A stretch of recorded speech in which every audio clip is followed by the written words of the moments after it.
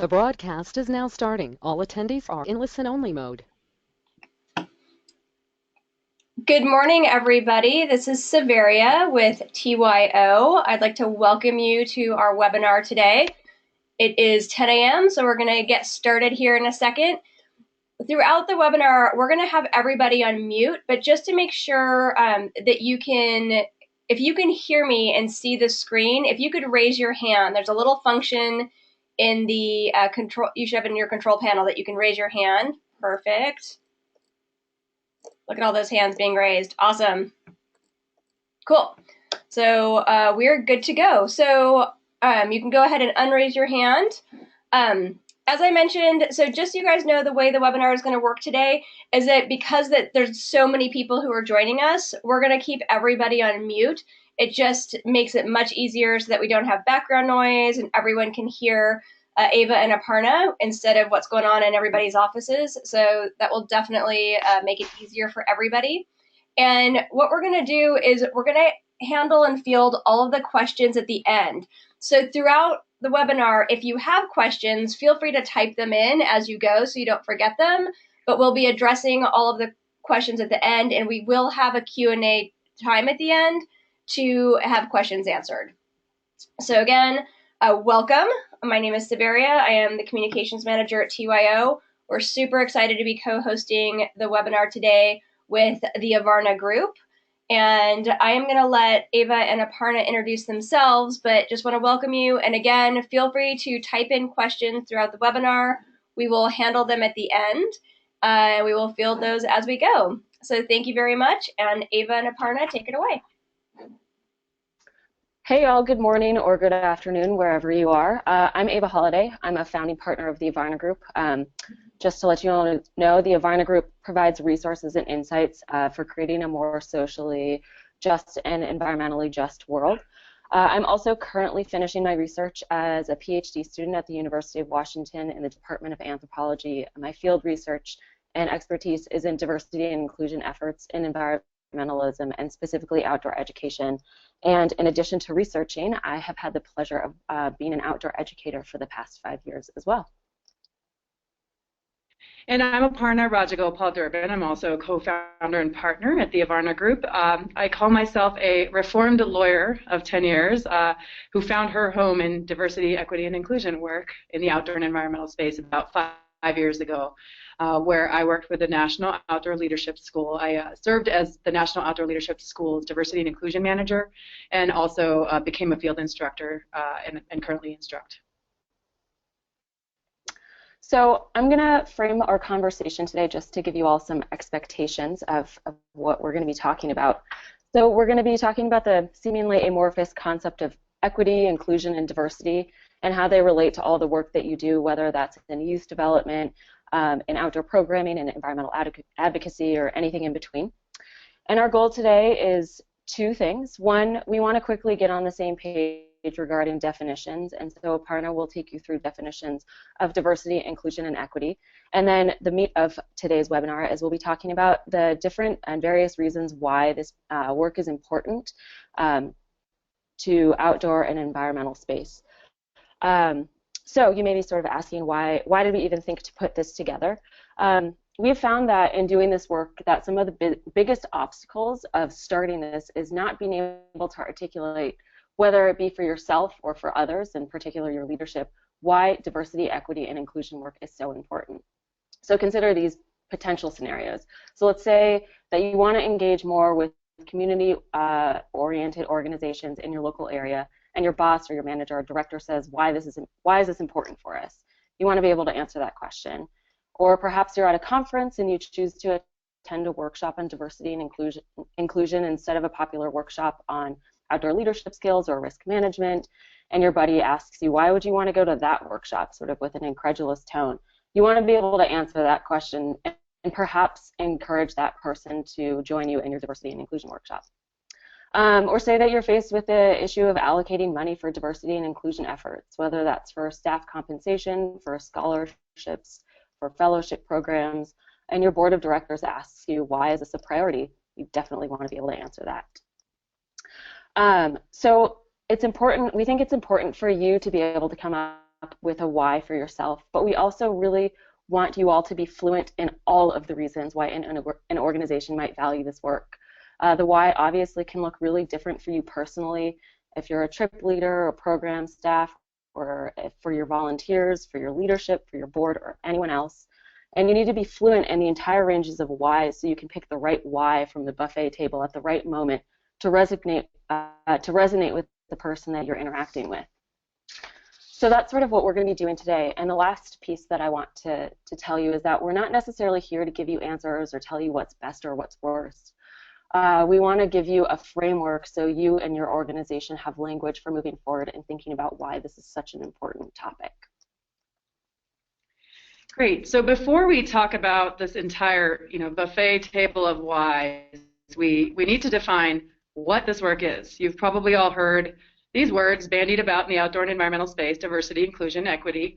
They're the three words that are the title of this seminar, webinar. What do they mean? There are myriad definitions of these words, and oftentimes organizations get stuck in analysis paralysis, just trying to define what we're talking about.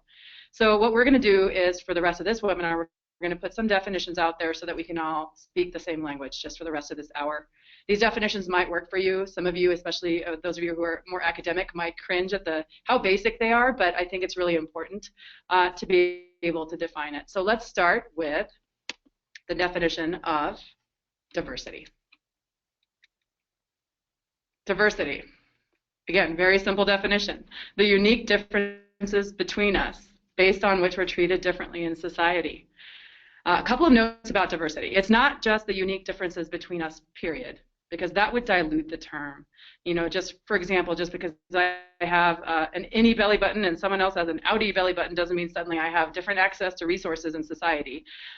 Really what we're talking about when we're talking about diversity in this space is the differences based on which we have different access to resources or that we're treated differently. So this can include our identities surrounding race, gender, sexual orientation, ability, age, and class, for example. Another note on diversity, and this is just a personal pet peeve of mine as well, is that an individual person cannot be diverse. Diversity is the unique differences between people in a group. And so oftentimes I hear, we need a diverse candidate, or we need more diverse students. And I would urge you all, the next time you hear that, is to say, what do you exactly mean by that? Do you mean we need more women, or do we need a person of color? In this work, ambiguity just does a disservice to us all. Third note about diversity is that oftentimes diversity is conflated with race. And I think though race is really important for us to talk about, we also need to realize that diversity is not a proxy for race. Diversity is about a lot of facets of identity that are both visible and invisible. So then we have inclusion. So if you notice, before we had the little ingredients of the salad side by side, and then here we have the salad working together to make an amazing concoction. Inclusion is celebrating, welcoming, valuing, and leveraging diversity or those differences. What I like to say is that diversity is a noun. It's what we are. Inclusion implies action. It's what we do. A lot of times we think we can just throw a diverse group of people together and expect them to largely work it out. When inclusion is what we need to do to actually make that mix work. Diversity is the mix, inclusion is making the mix work. A couple of notes about inclusion is not just about tolerating differences. That's that last word there, not tolerating. I know tolerance is something people have thought in the past that is something to aspire toward, but I've been in a tolerant environment and it doesn't feel good. So maybe it's a starting point, but you want to move toward inclusion. Another note about inclusion, it's not about overcoming differences. And in the world of outdoor ed, which is my experience, there's something incredibly democratizing about an outdoor ed experience where all of your students are eating the same food, wearing the same clothes, the same wind pants at Knowles, and renting the same backpacks. And so we think sometimes as educators that they can leave a lot behind and that we can just focus on the common experience that they're going through and not think about differences because they are quote unquote divisive. This is really dangerous because students and instructors bring their whole past experiences, life histories, privilege, culture into the field with them, regardless of how long the experience is. We need to not overcome differences or ignore differences or surmount differences. We need to celebrate, welcome, and value them. Finally, equity, and this is the word that we lead with at the Avarna Group. We think it's really important. Equity is your approach to ensuring that everyone has access to the same opportunities. And in society, this could be education, healthcare, employment, and in our world, it's education as well, but also the access to the outdoors and the experiences that can afford us and the benefits of being outside. As you can see, the equality ignores the fact that people start from different places. And so the three kids on the left can't access the apples. But if we're actually embracing equity, we realize that we can take the same resources, just redistribute them so that everyone can have access to the same opportunities. So in our work, these are the three terms, equity, diversity, inclusion, that we lead with. And so for the rest of this webinar, we're going to refer to this as DEI work. There are many other phrases and terms that your organizations might have either come into contact with or use out there, such as multiculturalism, cultural relevancy, outreach, and we're not going to spend a lot of time defining those words. Just realize that all of this encompasses the same body of work, DEI work. Great. So I'm now going to take us to our framework that we've created. So in our experience in chatting with all different folks who are interested in doing this work in the outdoor and environmental space, we've heard so many different reasons why organizations value DEI work. And we felt like all of these different reasons would sort of ping pong around in conversations, and it was difficult to get a framework to really think thoroughly about what everyone was saying. So Aparna and I, wanting to be organized, created this framework that we think is helpful. And we've created three different categories or buckets, and then as you can see, so your organization, environment and outdoors, and people. And then a Venn diagram showing different spots where those concepts overlap. So I'll just briefly describe them, and then we'll start talking about all the individual whys. So that top circle, your organization, there are some whys that really prioritize an organization, whether it be their culture or what's exactly happening within the organization, and also its future. This second framework or second circle is environment and outdoors. So there are some whys that prioritize the health and the future of the environment and the outdoors. And we recognize that there are so many different ways that a person can interpret the health of the environment. But in general today, what we're talking about and what we've heard of so much is things like minimizing negative human impact or industrial impact in outdoor spaces, mitigating climate change, and efforts to expand and protect public lands. So that's really kind of what we're talking about here. And finally, the last circle or bucket is the whys that really prioritize the people and communities with whom your organization interacts with or your constituency. So some of you may find that all three of those circles really intensely resonate with your organization, and some of you may find that only one or two resonate, and that's fine. This is a framework to encapsulate all sorts of different reasons, and some of those reasons may just not be applicable to your organization. We also want to note that these categories are fluid. Of course, the Venn diagram sort of captures that, but a lot of these whys will inform one another, and they will overlap on one another. So while we are trying to organize this information, know that it's just not going to be perfect. So the next portion of this webinar is we'll actually step through all of these whys. And just to let you all know, as we go through all these whys, we're going to poll you to find out which one of these whys really resonates with you. So after each why, we'll ask for you to fill out a poll. It's really quick, and we'll be happy to share our results at the end, and we'll probably have to email them to you. And it's just an interesting way to understand where the general field is at. I know there's now 94 people with us, which is really great, so we'll have a pretty large N number. So I'll hand it over to Aparna, who's going to take us through that first bucket, the organization. Great. So now we're focusing on the top portion of this Venn diagram, which is the organization. All of these whys under the organization are really focused, again, on the future of your organization and the health of your organization. And I'm going to start with the most obvious one, which is the mission. There are organizations that are realizing that to fully execute on their mission statements, they have to implement DEI efforts. And so the example I have here is NOLS, the National Outdoor Leadership School, and as you can tell, though it's not explicit, the fact that Knowles had to embrace DEI efforts was sort of implicit in their mission, because in their mission is serving people, and this means serving all people. There are also some mission statements that are a little more explicit, which, for example, there's an organization in the San Francisco Bay Area called Youth Outside. It's a funding organization and a programming organization, and their mission is to connect youth to nature by eliminating barriers, providing resources, and promoting outdoor programming as essential for building healthy lives and inspiring stewards of the planet. So that mission is a little bit more explicit. So this is, again, a really obvious and self-explanatory reason, like, oh yeah, we have to engage in DEI work because it's in our mission statement, either explicitly or implicitly. If this particular why resonates with your organization, I'm going to pull up a little poll here and launch it, and if you can just click yes or no, that would be great. I'm going to give you all a little bit of time.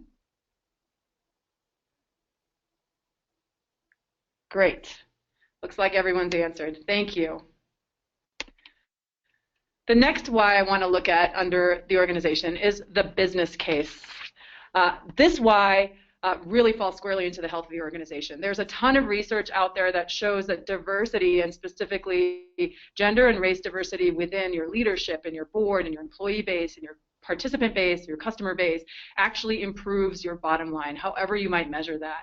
So it could mean, for a for-profit company, a lot of times it means market share, profits, revenue, productivity, innovation, employee retention and engagement. And even for the nonprofit worlds out there, a lot of these bottom line numbers do resonate. Revenue, tuition revenue if you're in outdoor experiential education, grant funding. The idea behind all the studies is that diversity ultimately creates different experiences and perspectives and ideas and approaches, which allows teams to think out of the box and see around corners and work more efficiently, among other things. In our experience, we found that the for-profit outdoor industry is where, understandably, this particular why is top of mind.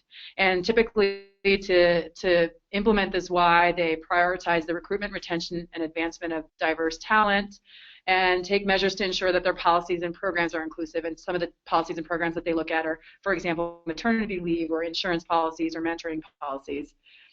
So if this particular why resonates with you, I'm going to launch a poll right here again, and I would love for you all to click yes or no.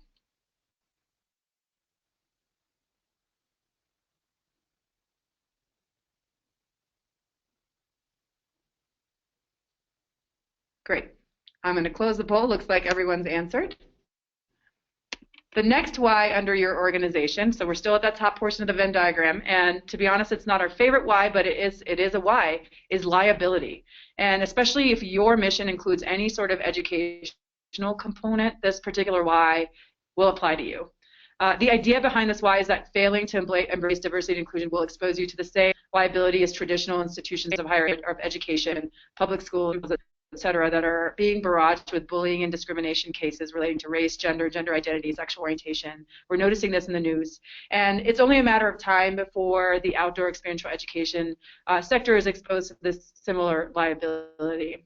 Notably, the insurance carrier for Knowles recently reported that exclusion and cultural incompetence are key risk factors, and without organizational due diligence, organizations could face discrimination allegations, costly claims, negative publicity, and low student morale.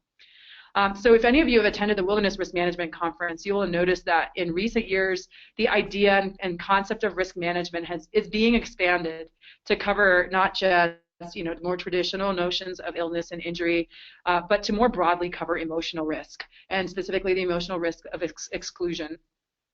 Organizations that are taking this particular why to heart include the American Camp Association and youth serving educational organizations, which are starting to emphasize training that are surrounding bullying in camp and school environments. So if this particular why resonates for your organization, I'm going to launch a poll here, and please click yes or no. And again, we'll be sharing all of this with you after the webinar is over. Great. Looks like everyone's answered. I'm going to close this poll, and I'm going to hand it off to Ava. All right, so we're going to now move towards the second frame or bucket or circle, however you want to phrase that, to the environment and outdoors. And there's really just one reason in this bucket, and we're calling it the future of environmentalism. And so this why really focuses on diversifying the environmental movement. The movement has historically been homogenous, and we're not saying that people of color or marginalized populations don't have environmental connections. There's actually so much research and evidence out there that marginalized communities have deep connections with the environment. But what we are saying is that mainstream environmental organizations, policy, and advocacy have often come from a particular perspective that don't always include those marginalized populations. In recognizing this homogeneity, organizations are realizing that if they fail to engage a more diverse crowd, that means there's just less people in the movement doing good work. And environmentalism also increasingly recognizes that everyone should have a say in their environmental future, and that's in service of a healthier environment. Organizations who have done this work approach it in a couple of different ways. Sometimes they increase the diversity of people who are engaging or interacting with nature, and often you see this engagement focused towards young people of color or urban youth. And the idea is that if those folks are interacting more with nature, then they'll have a deeper connection, more of a desire to protect the land. Environmental organizations are also just expanding the scope of their work or their advocacy, and they're also increasing the diversity within their workspace. So I'm going to throw up this poll and answer whether it makes sense or resonates with you or not.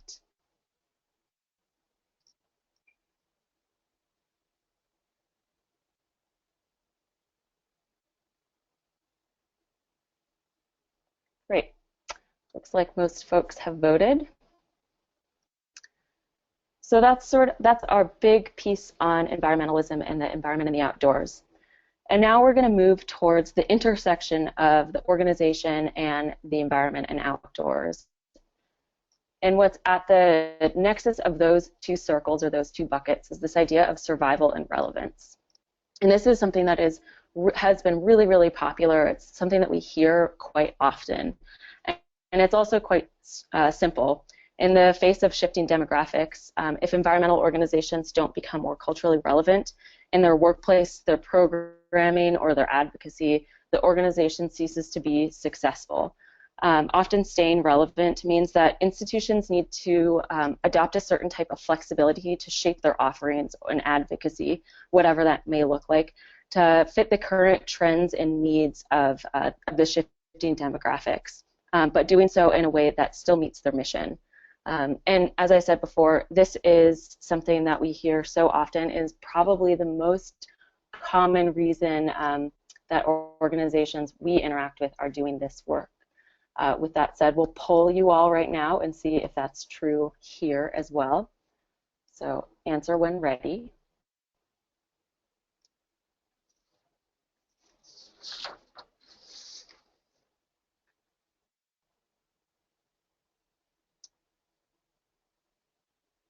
All right. Looks like most folks have voted or polled. And I'm going to hand it back off to Aparna, who's going to take us through our third framework of people. Great. Zooming back out to our Venn diagram, we are now moving toward the third bucket, bottom right of your screen. So the whys in this bucket have to do with the people within your organization and the people in communities with whom your organization interacts. All of these whys are steeped in the idea of social justice, the idea that there's systems of power in society that are consistently disadvantaging certain groups over others and giving certain groups access to more resources, which in the case of the space that we're in, these resources could be the outdoors or the benefits of being outside or the educational experiences that we provide outside. So under this, the first why that we want to look at is this idea that everyone has a right to an outdoor experience. This why is based on the fact that outdoor experiences are transformational, educational, and game-changing. A lot of the organizations that embrace this particular why are in the outdoor experiential education sector, understandably, and they believe that everyone, regardless of their background, deserves the right to this life-changing outdoor experience. This why is often heard from organizations that utilize outdoor spaces as the crucible or classroom to cultivate other skills like relationship building and leadership and communication. So I'm going to put up another poll here on whether this particular why resonates with your organization. Please click yes or no.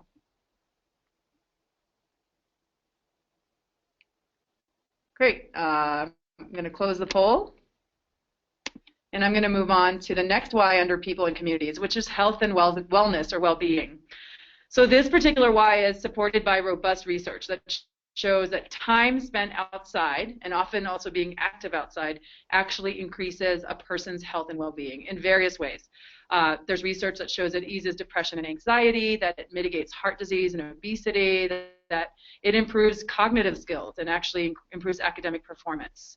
And so the idea here is that marginalized communities, which often means poor communities or communities of color, are disproportionately diagnosed with heart disease, obesity, type 2 diabetes, and a lot of preventable chronic illnesses. And also that these communities suffer from an academic achievement gap.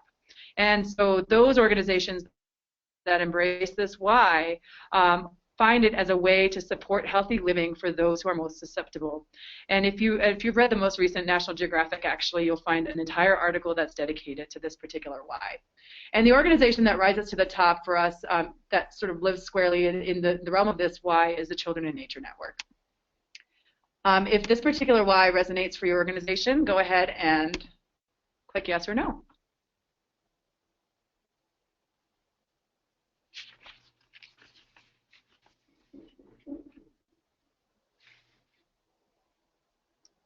Great. So now we're going to move on to the final Y. And this is, again, a little bit nuanced, but this is not about how everyone has a right to an outdoor experience because, you know, it's transformative and teaches you all these skills, but this is more about how everyone should have access to and be able to enjoy their public lands. So the person pictured here, a mentor of mine, Audrey Peterman, everyone being able to enjoy the land. This Y is about access. The argument here is that not only should everyone have legal access to public land, but that the land should be more easily accessible to them. And once they're visiting these places, that they should actually feel comfortable and welcomed there. As you all know, accessing some of our public lands, particularly the remote lands, can be difficult if you live far away, if you can't afford the gear or the training, or if you can't afford transportation, or if you're just unable to take the time to get there. And so many organizations are working to lessen those barriers through gear libraries, transportation solutions, or scholarships. And then there's the fact that some people, once they have that access and the transportation and the gear and everything, and they show up, they feel very uncomfortable on public land. This can be for many reasons. It can be due to historical trauma, examples of which are outlined in a book by Carolyn Finney called Black Faces, White Spaces. And it can also be because of negative interpersonal interactions once people arrive in these public spaces. We like to call these interactions microaggressions, small actions that denigrate someone based on their membership in a non-dominant group. For many people, micro-level aggressions can feel like a death by 1,000 cuts. And then there's also macro-level aggressions on public lands, blatantly exclusionary actions that are aimed to make someone feel unsafe or uncomfortable. So the idea behind this Y is that public lands belong to everyone. We have the obligation to not only make them legally accessible, but actually physically accessible. And that once people are there, we need to foster inclusive environments so that people feel welcomed and don't feel that stress related to their identity. Organizations that embrace this particular Y are the Outdoors Empowered Network and the National Park Service. The Outdoors Empowered Network is built on the model of training youth workers and teachers to take youth outside and providing them with gear libraries to make outdoor experiences more affordable and accessible. And the National Park Service is another organization that's been working hard to diversify its staff, to reflect visitor demographics, and train staff to be more welcoming to all visitors. If this particular Y resonates for your organization, go ahead and click yes or no.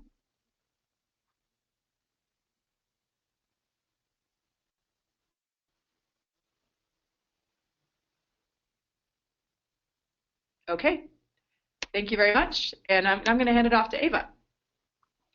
Okay, so we're going to go to the nexus of organization and people. And the first one that we're going to start with is participant outcomes or student outcomes. So we know that research shows that an increasingly diverse group with a healthy amount of conflict, which generally means that it's an inclusive group where folks can share their ideas and experiences and folks can learn from each other. If that happens and if that's present in a group, then there's an increase of positive student or participant outcomes for everyone. We also know that research shows that when students who are entering into these spaces, who come from marginalized communities, if they have a role model or a teacher of like identity in which they're able to confide in, they're more likely to have a positive experience and have better educational outcomes. And finally, research overwhelmingly shows that culturally responsive pedagogy, which is really a fancy way of saying how you teach something, and culturally relevant curriculum, which is another fancy way of referring to what you teach, improves student outcomes because you're better able to reach all students. So if the ways in which you are delivering information is done in a way that reaches all people, so maybe you're doing activities and lecture style and some sort of interaction, that's going to allow multiple learning styles to be engaged. And then also if your curriculum is something that people can say, I understand why this makes sense in my life, that's culturally relevant curriculum. So if those two things are present, then your student outcomes are going to be generally quite positive. So this particular why is for organizations that are providing services to a number of people and who are really valuing people's experience as opposed to prioritizing the health of the environment. This is most often outdoor, experiential, or environmental education organizations. And in implementing these diversity, equity, and inclusion initiatives for this reason means that the organization is creating a positive experience for the people involved, and they most likely are carrying out their mission or their goals that are related to providing excellent services for participants. So if this is a why that really resonates with you, we'll launch this poll. Click yes or no.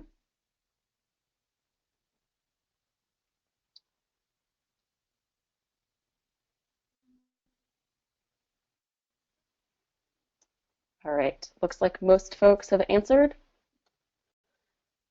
The next reason, or the next why at the intersection of organization and people, is this really simple concept of happy workplaces. We know that some organizations just really value being a great place to work. It's a source of pride. In fact, I don't know if any of you all subscribe to Outside Magazine, but I think every year they list the 50 best places to work, and it's just a place where people really enjoy showing up. We know that if employees are excited to come to work, they show up with positive energy, and that positive energy is transformed into doing really great things, which can be of the utmost importance, especially when we're all doing this hard work of youth development or environmentalism or outdoor education. It's really a labor of love. So happy people is something that can be really important. So we're going to move to our final intersection, which is the intersection of environment and people.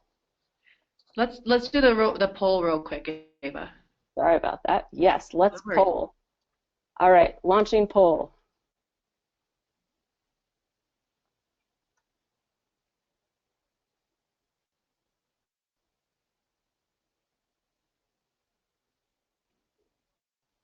All right, looks like most folks have voted. Thank you.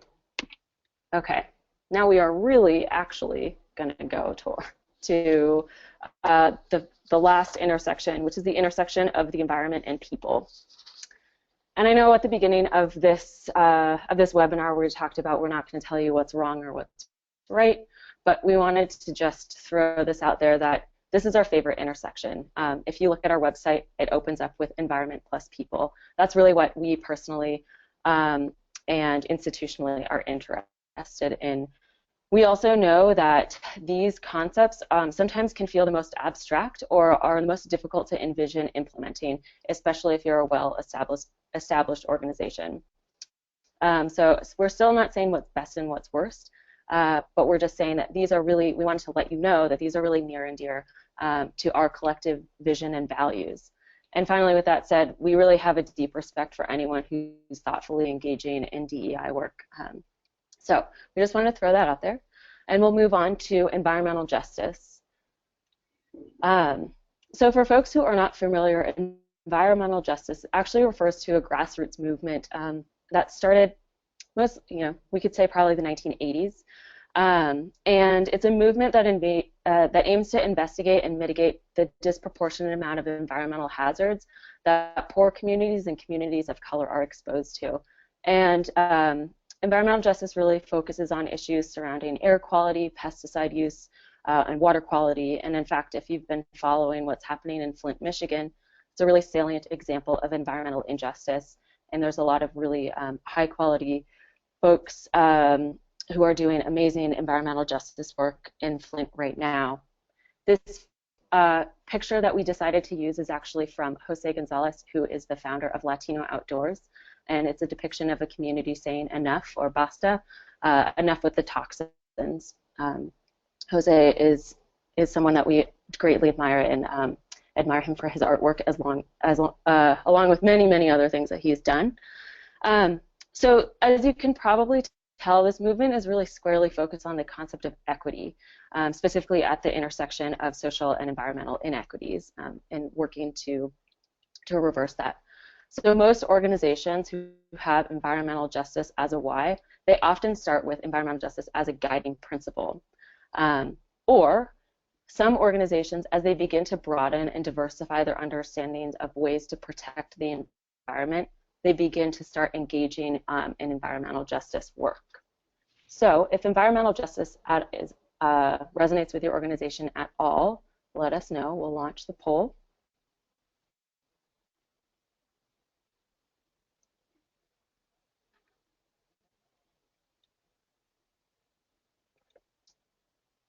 All right, great.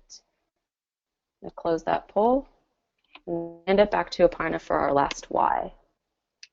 So this last why, which is near and dear to my heart, is environmental connections. And so again, this is all nuanced. So earlier with the photo of Audrey Peterman, we talked about land enjoyment.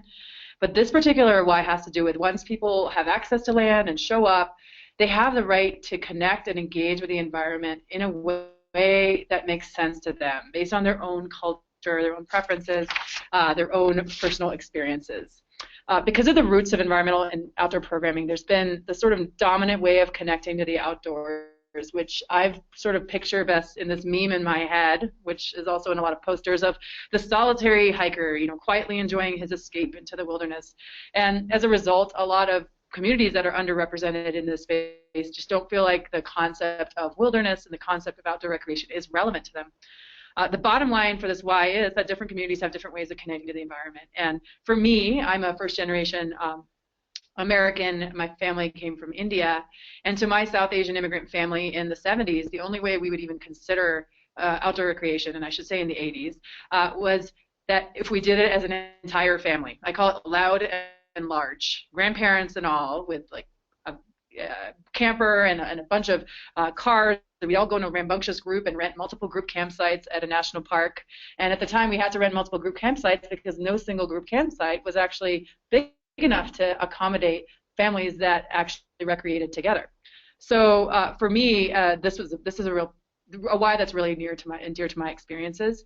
And another sort of idea here is that different communities get something different from their outdoor connection. So the dominant the dominant ideology is that the outdoors is transformational. It connects us to something bigger than ourselves. And there's a lot of academic history here, and Thoreau came up with this idea of transcendentalism. However, for some communities, connecting with the outdoors doesn't have to be this transcendental experience. It could be about just being healthy.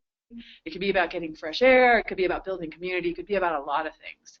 So ultimately, this why is focused on giving people and communities a space to explore and cultivate an environmental experience, whether it is in capital W wilderness or just in their own backyards, that is meaningful to them. Our organizations that we really admire and respect that are embracing this why include Latino Outdoors and Outdoor Afro, which is in the located or headquartered in the San Francisco Bay Area. And now, thankfully, I've noticed that some national parks have also started expanding their group campsites for people like my family who recreate with their families and communities in large, loud groups. So if this particular why resonates for you, go ahead and click yes or no.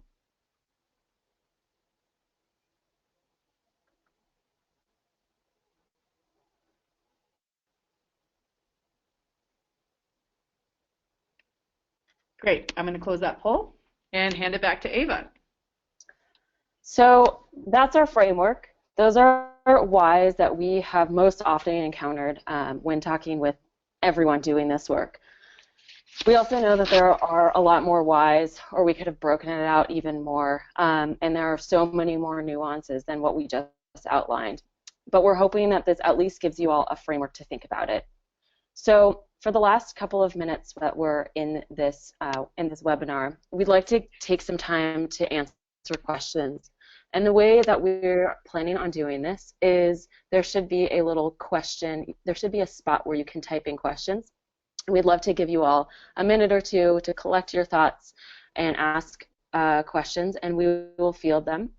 If we don't have time to get to all of your questions and you have a burning question, please feel free to email us or get in touch with us somehow. At the end, we will throw up our contact info. You can email us at info@theavarnagroup.com, or there's a contact form on our website. So we'll give you a couple of minutes just to start, for the questions to start rolling in, and then we will start answering.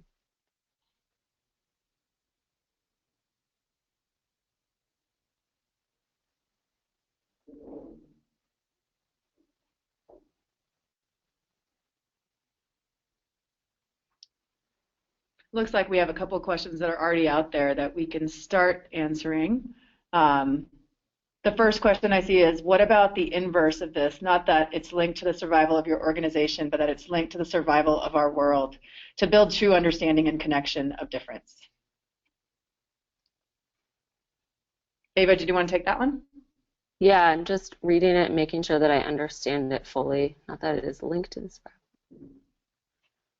I think that that's a really fantastic why.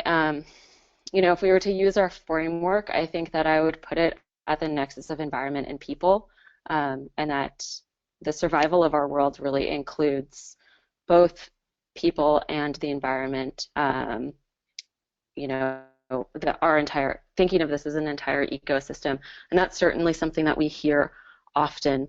And I think that one thing that is becoming more and more common is for people to understand that humans are not a distinct entity from nature. We are actually part of it, and we you know, in some realms we really understand that we have an impact on the world. Like, you know, if we drive cars all the time, there's going to be CO2 emissions, and we know that that has an impact. But also understanding some of the more nuanced ways in which we are connected to the environment is something that I think organizations are starting to become really in tune with. Aparna, did you want to add anything? No, that's great. There's another question here, which is, don't proactive diversity initiatives negatively affect efficiency initiatives inside organizations? And actually, this is Aparna, and you know, when I worked with the Outdoor Industries Women's Coalition, I did a lot of research on how diversity initiatives, especially proactive diversity initiatives, were good for the bottom line. And so there's a ton of research out there that we'd be happy to provide on how proactive diversity initiatives actually don't negatively affect efficiency, but actually positively affect efficiency. So the idea is that by spending your money on bringing in more diverse teams, cultivating more inclusive environments, that you save. I mean, for example, on employee turnover rates, there's studies that show that an employee who leaves, who's like mid to senior level, could cost you as much as 200% of their annual salary just because of the cost of training somebody new. So I actually, you know, there's a ton of research that actually proves this question to be wrong, that, you know, basically proactive diversity for the most part will actually positively affect efficiency. Did you have anything to add to that, Ava? No, but I have the next question I have an answer for. So I'll read the question. So the question is, often people in an organization think that one quote-unquote minority group represents all underrepresented groups, and they tailor outreach and programs to this one group. For example, Latinos are served by a bilingual staff member who only speaks English and Spanish, and other groups are invisible. Any ideas on expanding awareness?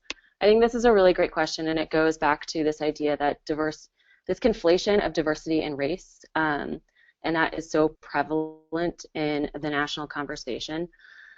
The one way that we really suggest tackling this idea is leading, and this is why we lead with equity, inclusion, and then diversity is last. If we think about building equity, then and inclusion, it forces us to think about all of the different people that we may be leaving out. And it also forces us to create programs and initiatives that are flexible enough that where sort of unanticipated identities or intersections are also welcomed into that space. So program structures that aren't making assumptions about a person's previous experience or their identities is going to be really important. Advocacy that is also not assuming a particular experience of the people that that is being impacted by that advocacy or by that policy is going to be really important. I know that's a really broad way of answering that question, and we have some other more particular thoughts, but that's the way that I would approach that, is thinking really and leading with this idea of equity inclusion, and then with that diversity can follow and thrive and make your organization more efficient, for example. Pranati, do you want to add anything? Yeah, and this is just, from personal experience. For me, this concept of intersectionality is really important. So not recognizing, for me, if people look at me, I look like I'm a woman of color. And so a lot of times if I'm the person, the target for someone to try to access, they're going to say, okay, women's initiative or initiatives related to people of color, but maybe they don't realize that that's not the only way in which I walk through the world. I have so many other identities. And so, making assumptions is not always going to lead you to the best course of action. And a lot of inclusion efforts embrace intersectionality. And I would say another piece of this is this idea of silos, and that oftentimes people have different initiatives that focus on different communities. For example, they'll have a women's initiative for women, then they'll have maybe an employee resource group for lesbian, gay, bisexual, trans, queer employees or students, and then they'll have a fellowship program for people of color, and all these efforts don't talk to each other.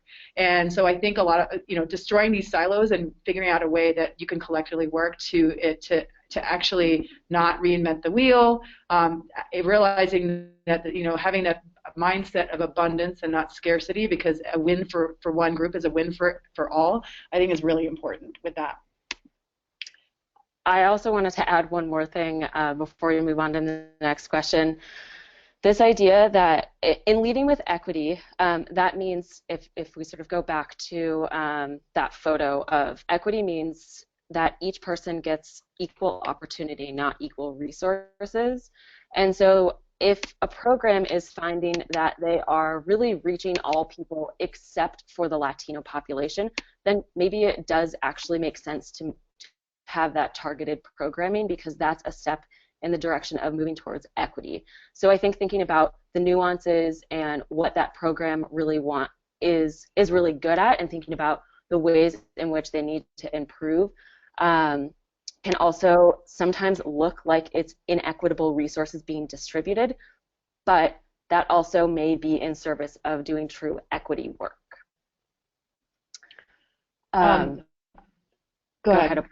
I was going to say, I have the next question is, what's the best way to start recruiting for diversity? And I just had a couple of thoughts as I was reading this question. I realized that this whole webinar is about the why, and that a lot of you are probably, all 83 of you that are currently online, and maybe more that were online earlier, were waiting to hear, like, what do I do? What are the 5 steps I could take tomorrow?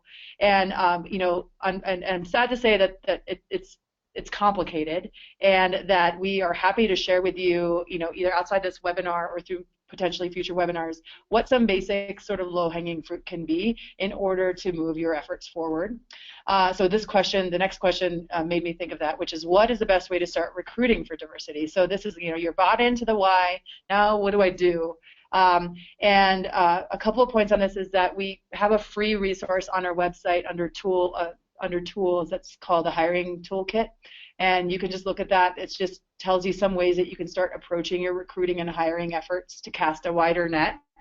And that said, a checklist isn't the end of the story. There's a lot more adaptive work that your organization is going to have to do to figure out how to be more approachable or more on the radar of more diverse audiences. Ava, do you want to tag on to that one? No, that was perfect. But I would really like to answer this question. how can youth and communities be engaged in co-designing programs that meet their unique needs? And I think that this dovetails into the question we were previously answering about, what it looks like to do equity and inclusion work. We were recently had the pleasure of participating in the Outdoors Empowered Summit. We were doing a workshop there, but we also were able to participate, and a lot of what was being said that weekend was this idea of network building and creating partnerships that are mutually beneficial. And so I don't think that there's no silver bullet of like this is how you co-engage with groups. With that said, I think that it's incredibly important to identify people or organizations that want to do this work, and then also finding ways in which that work can be mutually beneficial. And that can either be through economic resources, it can be through, you might be able to get that person or that organization out into the world and do some publicity for them. That could be beneficial. But even when we create partnerships with folks, we often ask them, how is this going to benefit you? And and then we're also very clear about how it benefits us. And then from there, you can start to delineate what are the unique needs. So I guess the answer I want to give is that there's no one way to do it other than kind of doing work that is really traditional, like getting out there and inviting people out to a meal and talking about what they want. Sometimes we ask organizations, what's your greatest need right now?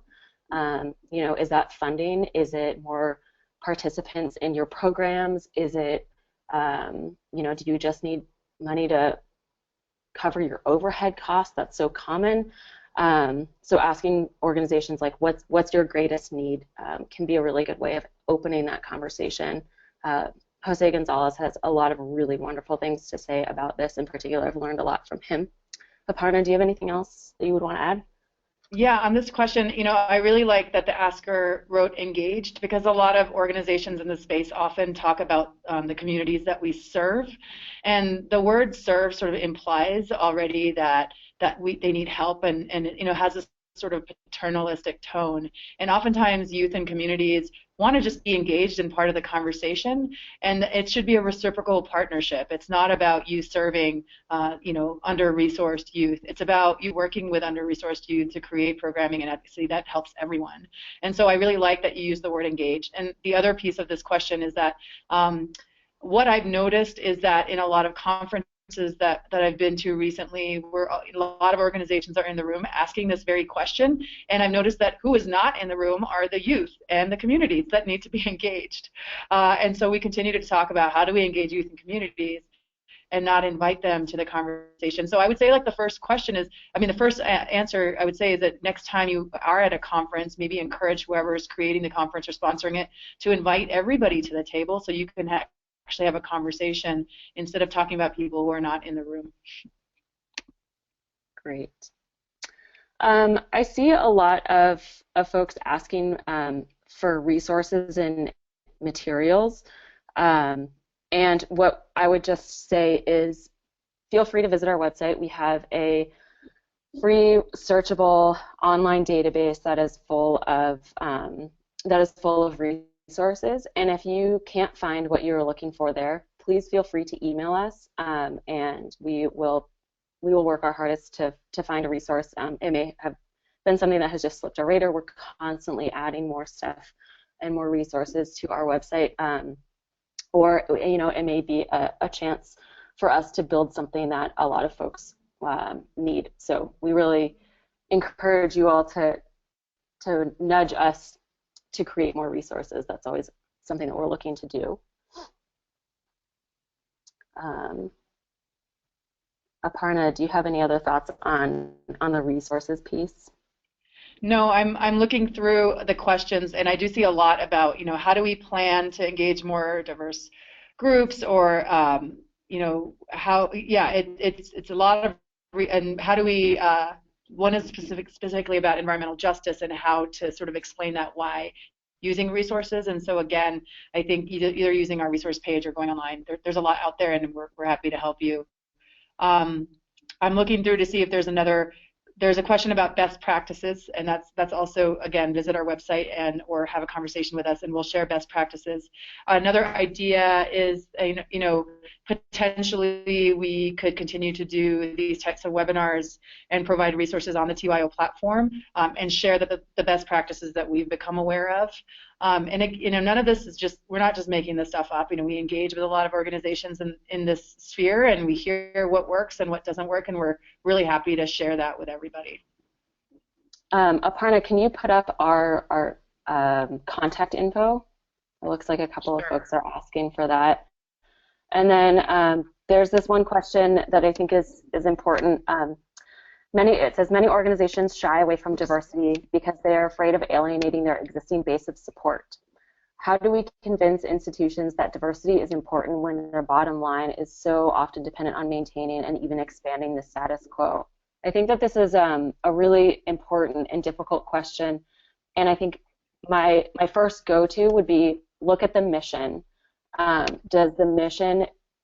Do you have some sort of a window to be able to say that diversity and inclusion is actually really important for your organization?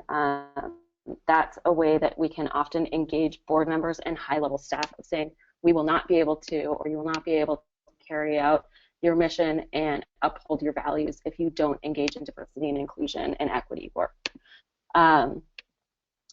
It also can be beneficial to talk about shifting demographics. For some people that really resonates, and for other people it really doesn't. But it's just a reality that we have shifting demographics, and that we are having an increasingly multicultural, multiracial world that we're living in. So that sometimes can be really important as well. When those constituents are donors, that also can feel really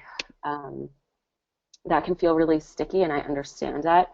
And I think having a long-term plan of shifting the way that your organization is engaging can be really good. And if you're losing constituents and donors because of a changing politics, it's also very possible that you're going to be gaining a lot of folks who are saying like, oh wow, this organization now really speaks to me. So with loss, there's also gain. Aparna, do you have any other thoughts on that? No, that was great, thanks. And we apologize if we don't get to your questions. There's so many questions out there. Yeah, so I think we have time just for one more.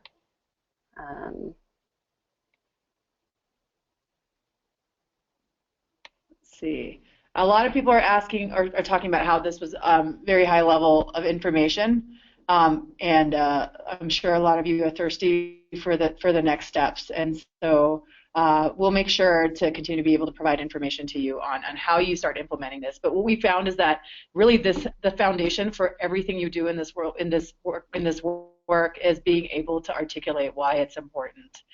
Whether you're speaking with your board or your employees or your constituency. And so that's why we decided to start this webinar with just talking about the why at a very high level. Great. There's one more question that I think is a really great question that I would love to at least let people know it's being asked. I'm not sure if I have a great answer. So this person writes, inclusion is sometimes criticized as a middling goal that is still embedded in a dominant paradigm that welcomes marginalized groups into this paradigm, but not requiring a true shift in the dominant culture. How do you grapple with this?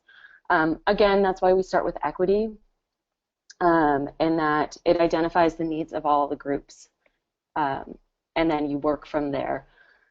I understand this idea of inclusion sometimes is seen as a way of asking people to assimilate into a dominant culture, but I think that actually that's not the exact definition of inclusion. I think that it gets conflated, and that I think is really what this person is really talking about is actually tolerance, right?